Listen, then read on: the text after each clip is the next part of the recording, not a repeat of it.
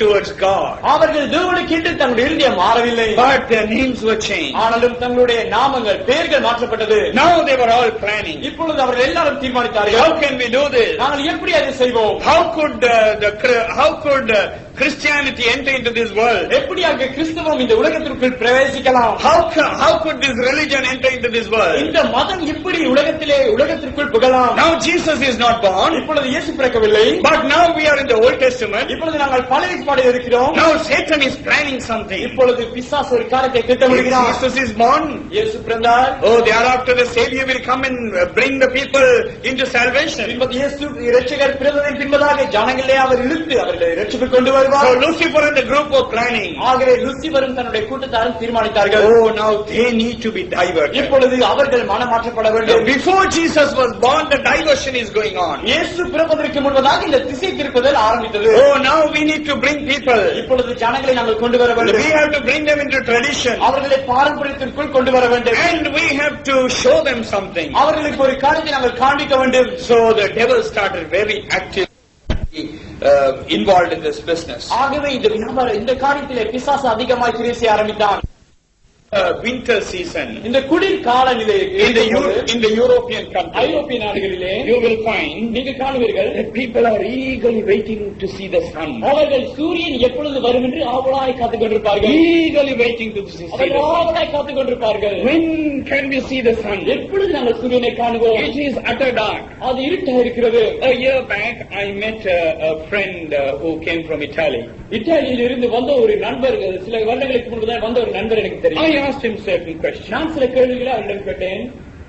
During winter time, during the Christmas time or the December season, how would the weather be in your area?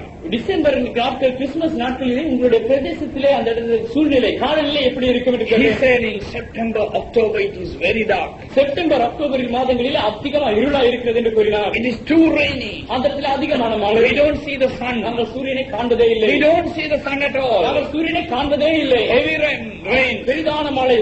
But we are all waiting for December. ஆனாலும் எப்பொழுது December வரும் என்று காத்திருப்போம். That is the time that we can see the sun. அந்த வழியிலே தான் நாங்கள் சூரியனை காண்போம். All of a sudden the sun will rise. திடீரென்று சூரியன் எழும்பும். Suddenly the sun will rise and go away. திடீரென்று சூரியன் எழுந்து அந்த இடத்திலே செல்லும். The sun would rise in the European country. ஐரோப்பிய நாடுகளே, எந்த நாடிலே சூரியன் உதயமாகும் என்று உங்களுக்கு தெரியுமா? Especially in Rome and in that area. விசேஷமா ஐரோப்பிய அந்த நாடுகளிலே Between the 20th and the 27th of December. December 20ஆம் திகதி முதல் 27ஆம் திகதி அந்த இடைப்பட்ட காலத்திலே. On the 25th the sun will rise and move away. 25ஆம் திகதி அந்த சூரியன் உதித்து அந்த இடத்தை விட்டு கடந்து செல்லும். It may be on the 24th or the 25th. அது 24 அல்லது 25ஆம் திகதியா இருக்கும். So the people are very happy in that area. ஆக அந்த இடத்தில் இருக்கிற அந்த நாடுகளில் இருக்கிற ஜனங்கள் அதிகமாய் People சந்தோஷப்படுகிறார்கள். are so very happy. அவர்கள் அதிகமாய் You know சந்தோஷப்படுகிறார்கள். what they do? அவர்கள் என்ன செய்வார்கள் They தெரியுமா? celebrate. அவர்கள் கொண்டாடுகிறார்கள். Great celebration. பெரிதான ஒரு கொண்டாட்டம். After many months we have seen the sun. பல வருடங்களுக்கு பின்பதாக சூரியனை நாங்கள் கண்டோம். What did they do at that time?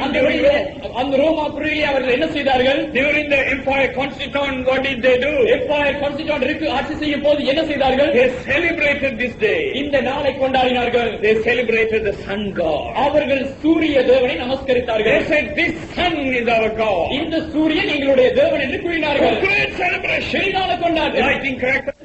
They were lighting crackers. They were making cakes. அவர்கள் வெடிகளை கொளுத்தினார்கள். அவர்கள் கேக் எல்லாம் செய்தார்கள். பல கொண்டாட்டங்கள். That's what the Bible clearly says. அதுதான் வேதம் தெளிவாய் கூறுகிறது. Great celebration. பெரிதான கொண்டாட்டம். When was this celebration? எப்பொழுது கொண்டாடப்பட்டது? 24th and 25th of December exactly. சரியாக டிசம்பர் மாதம் 24ஆம் திகதியும் 25ஆம் திகதியும் They were celebrating. அவர்கள் கொண்டாடினார்கள். Dancers, அவர்கள் ஆடினார்கள். drinking. அவர்கள் குடித்தார்கள். Oh, they used to share gifts to each other. ஒருவருக்கு ஒருவர் பரிசுகளை அவர்கள் பரிமாறிக்கொண்டார்கள். They were doing all this. இப்படியே பல காரியங்களை செய்தார்கள். When did they do?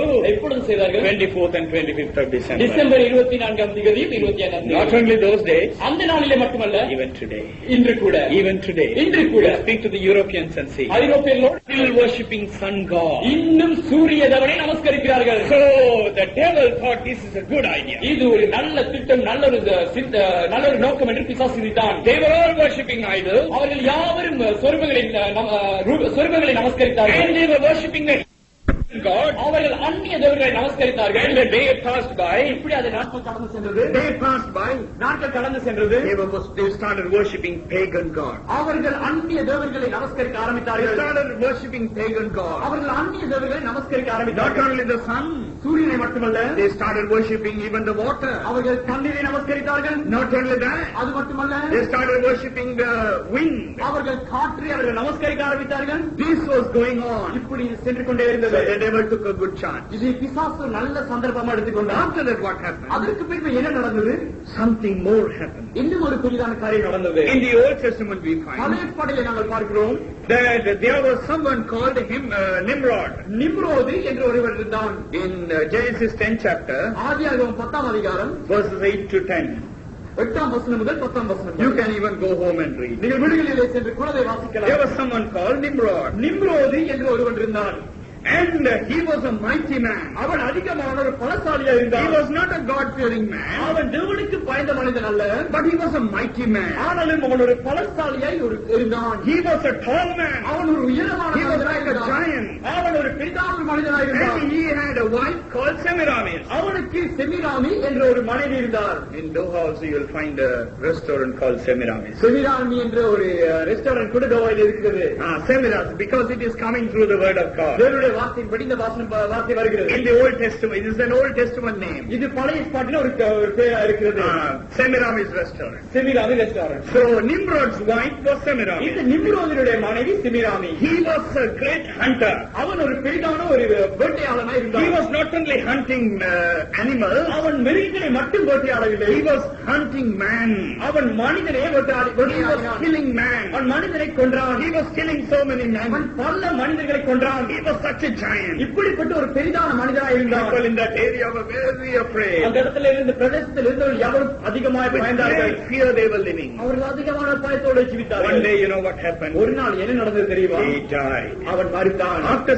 After Nimrod died, நிம்ரோது மரித்த போது now Semiramis is there. இப்பொழுது செமிராமி இருக்கிறான். When Nimrod died, நிம்ரோது மரித்த போது Semiramis was on a family way. She was carrying a baby. செமிராமி தான் ஒரு கற்பவதியாய் இருந்தாள். And after a couple of months, சிறு மாதங்களுக்கு பின்பதாக Semiramis gave birth to a child. செமிராமி ஒரு பிள்ளையை பெற்றாள். And that was a boy. அந்த பிள்ளை ஒரு ஆண் குழந்தையா இருந்தது. And she stood up. அவள் எழுந்து நின்று And what did she அவள் say? என்ன கூறினாள்? Do you know what happened to Nimrod? நிம்ரோதுக்கு என்ன நடந்தது என்று உங்களுக்கு தெரியுமா? Though he died, அவன் மரித்த போது he is born. அவன் மீண்டும் பிறந்தான். This is the power of Nimrod. இதுதான் நிம்ரோதினுடைய வல்லமை. That is what the Bible and the history clearly says. அதைத்தான் வேதம் கூட கூறுகிறது. அதே வண்ணமாக சரித்திரமும் திட்டம் தெளிவாய் கூறுகிறது. Nimrod's child or Semiramis' child was known as the power of Nimrod. செமிராமி செமிராமியுடைய மகன் அவன் நிம்ரோதினுடைய பலம் என்று அழைக்கப்பட்டான். And the people were afraid there. அந்த இடத்துல ஜனங்கள் அதிகமாய் பயமுற்றார்கள். Oh, they were afraid. அவர்கள் அதிகமாய் பயமுற்றார்கள். They said, oh, Nimrod is come. நிம்ரோது வந்து விட்டானே என்று They were living in fear. அதிகமான பயத்தில் இருந்தார்கள். What did Semiramis do? செமிராமி என்ன செய்தார்? Now worship me and the child. இப்பொழுது என்னையும் என் பிள்ளையும் நீ நமஸ்கரியுங்கள். Dear beloved in Christ. கிறிஸ்துவுக்குள் பிரியமானவர்களே, See, from where it is going where? எங்கிருந்து எங்கு போகிறது என்று பாருங்கள். Now east to the west.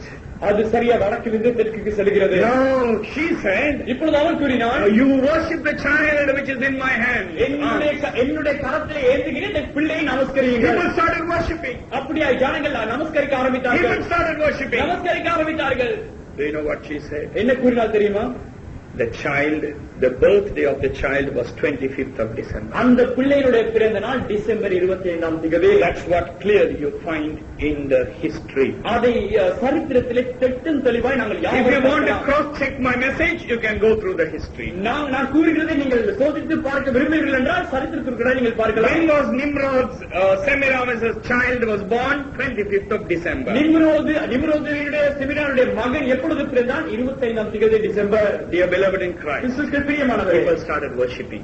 எல்லா ஜனங்களும் See the master plan of the devil. பிசாசுடைய சதி திட்டத்தை பாருங்கள். See the master plan of the devil. பிசாசுடைய திட்டத்தை நோக்கி People பாருங்கள். in Rome started worshipping Semiramis and the child. ரோமா புரியிலே இருந்த ஜனங்கள் செமிராமியையும் தன்னுடைய மகனையும் அவளுடைய மகனையும் நமஸ்கரிக்க ஆரம்பித்தார்கள். Even now they are doing. இன்று கூட அதை